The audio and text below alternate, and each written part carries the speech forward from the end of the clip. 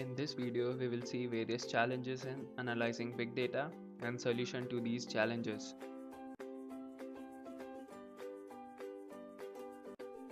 At the end of this session, viewers will be able to review big data concepts, analyze challenges faced in big data, explain Hadoop distributed file system, and explore MapReduce programming model. We are entering the era of big data, a term that refers to explosion of available information. Such a big data movement is driven by the fact that massive amounts of very high dimensional or unstructured data are continuously produced and stored with much cheaper cost than they used to be. The massive amounts of high dimensional data brings both opportunities and new challenges to data analysis. So, what are the challenges of analyzing big data? There are two unique challenges. First, high dimensionality combined with large sample size creates issues such as heavy computational cost and algorithmic instability. Second, the massive samples in big data are typically aggregated from multiple sources at different time points using different technologies. This creates issues of heterogeneity, experimental variations, and statistical biases, and require us to develop more adaptive and robust procedures. Solution to these big data challenges include Hadoop distributed file system and MapReduce programming model. Let us first understand what Hadoop is. It is a Java-based software framework for distributed data management and processing. There are two core components of Hadoop. One of them is Hadoop distributed file system and the other one is MapReduce programming model.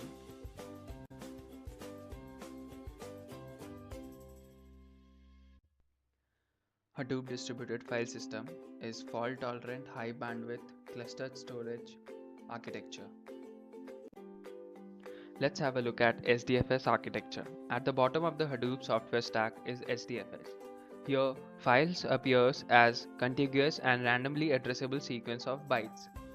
The middle layer of the stack is Hadoop MapReduce system, which applies map operations to the data in partitions of SDFS file, sorts and redistributes the results based on key values in the output data, and then performs reduce operations on the groups of output data items with matching keys from the map phase of the job. For applications just reading basic key-based record management operations, the HBase store, which is layered on top of HDFS, is available as key value layer in the Hadoop stack. Many users of Hadoop stack prefer the use of declarative language over the bare MapReduce programming model. High-level language compilers like Pig and Hive are thus the topmost layer in Hadoop software stack for such clients. MapReduce is a programming model for distributed computing. Hadoop is based on Java, but you can develop in other languages too. Hadoop is self-contained. All packages you need to write MapReduce programs are included, so you don't need to know other frameworks before you can start with Hadoop. MapReduce programs execute in three stages: a map stage, a shuffle stage, and a reduce stage. In the simplest case, you just write a map and reduce functions. Hadoop takes care of issuing tasks via remote procedure calls, verifying task completion, and verifying data around the cluster.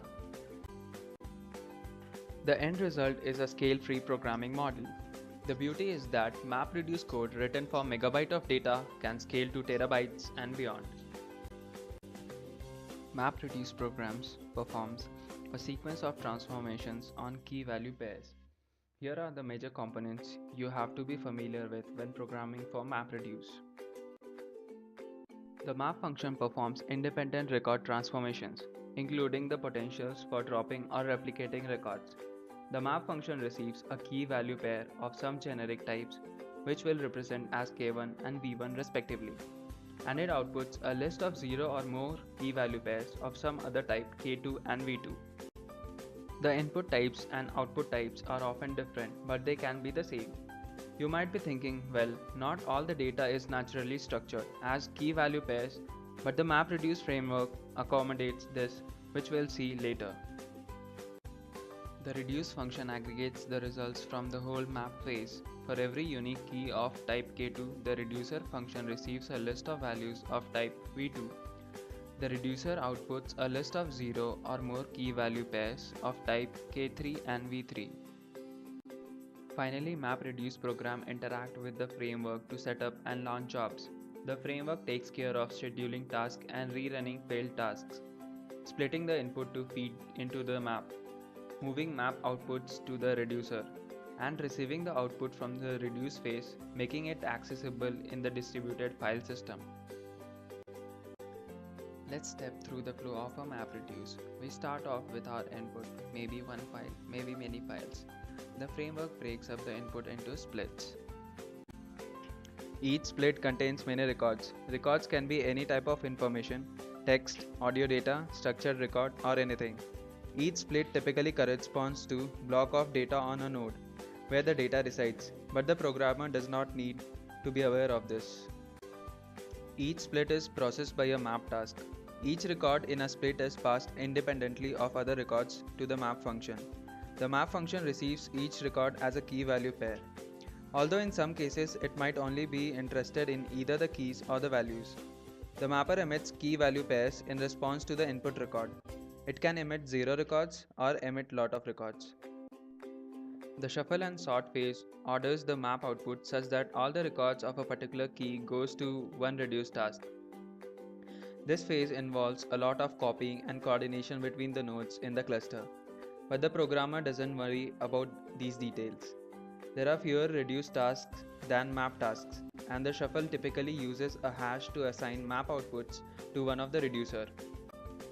If the reduce function is like addition, where summing subtotals of terms is equivalent to summing all the individual terms. It is more efficient to split the reduce step and do some of it before shuffle and sort. In this case, a combiner function is used, which is often the same function as the reducer. This cuts down the number of records that need to be copied from node to node. Finally, the framework collects the reducer outputs so that you can access the results. All the paths in blue here are handled by the framework. We only have to provide the bits in green. Note that at this level of detail, the boxes don't represent nodes in the cluster. We are talking only about logical flow of data. The framework issues map tasks and reduce tasks in parallel. For example, several map tasks might run concurrently on a single node.